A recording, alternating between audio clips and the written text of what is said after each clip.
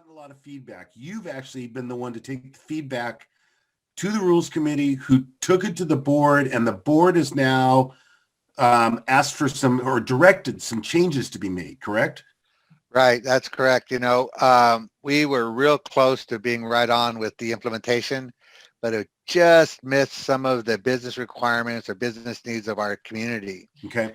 So recognizing this, our board of directors said, you know what, let's try to make it a hand in glove fit. And we think we have a really good solution on the horizon. Okay. And Robert, what are the key things that are going to, that are coming on the horizon? What topics are they going to address? Right. So our main topics, we're still going to keep the privacy solution with limited distribution. Okay. But we're also going to be able to use DOM resets based on market audience size and price change and history resets based on the market growth of your listing. Okay. So let's start with the days on market, the DOM. We know that when a listing is in members only show, and let's say I have it there for 20 days, and then at the small footprint of exposure, and now I decide to go to the big, full active, full exposure, and I jump over to active, I'm bringing 20 days with me. Right. Today, that's what's happening. Okay. And the feedback we had was that the members only show period, because it had such a small footprint, really shouldn't carry over those indicators into the much larger broad audience footprint. Okay. Because it's entirely of the fully active listing. Right. The feedback is that that's a different market. Okay. Okay. Now the price. I'm in. I did some time in members only do not show while the home was getting ready, and Right. I put it out there at 1.5, and then I moved it over to members only show, and I bumped it up to 1.65. Right. The market has progressed even within the last couple months. I want to come fully active at 1.7. Right. Right. Well, so you said a mouthful when you said fully active, right? And so that's what our subscribers are the way they want to use the members only categories. So just like you said, you have members only do not show, right? But we require a price because it puts somebody in the ballpark of whether or not their client is going to qualify for this property. But when you bring it to members only show, you might have a new price or a new test market price for this limited distribution, right? Do I have a buyer at $1.6 million?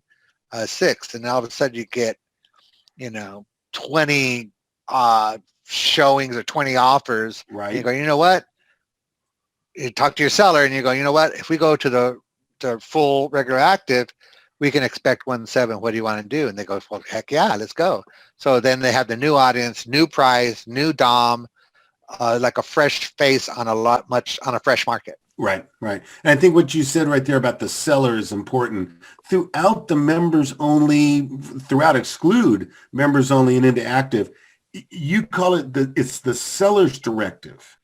Right. So brokers are required to list it on our service because they're participating in the MLS. But sellers can direct brokers certain ways, and we never want to get between a broker and their client. So what we try to do is give them seller solutions, or give them solutions for seller requirements. Got it. Just like we said in a previous episode, members only do not show, pre-market buzz.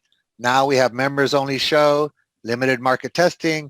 Now we'll have full market show, the highest level of marketability that we can offer. Right. But at each interval now, when we have the new implementation, you'll get a reset for DOM, list date, and price history. Got it. I think this really goes to show that members only it's a local solution to local requirements put down by our members, right? You don't see this in San Francisco. It's not in the East Bay. Right. It's us, right? Yeah, it's MLS Listings, and it's our MLS community actually being very innovative. This is going to take some barbs and slings and arrows, right? But we think that it's for listing agents, listing brokers, it's an excellent solution. If we implement it as we plan, we'll have DOM history and DOM throughout the listing life cycle. So it's not going to be scrubbed. It'll be available. It'll just have more than one now. and Right. just, you can actually do your calculations and your price band valuations just the same. You'll just have more information. Got it. Robert, what's the timeline on the board's directives and us getting it implemented? Well, we're working on it right now. And for me, they can't do it soon enough. Okay. But so there's a very highly visible, and there's an urgency.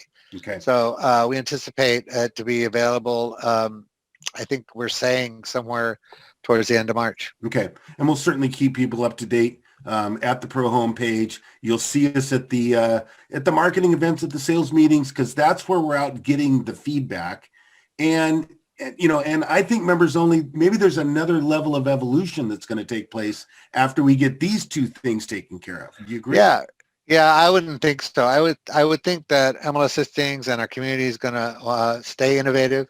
They're going to be looking at other ways that we can meet the new business requirements. The world's changing every day, and we're trying to keep our brokers and agents in the conversation, keeping them relevant, giving them seller solutions, giving them innovative seller solutions in an ever-changing marketplace. So certainly we'd anticipate that we're going to be evolving our systems across the board.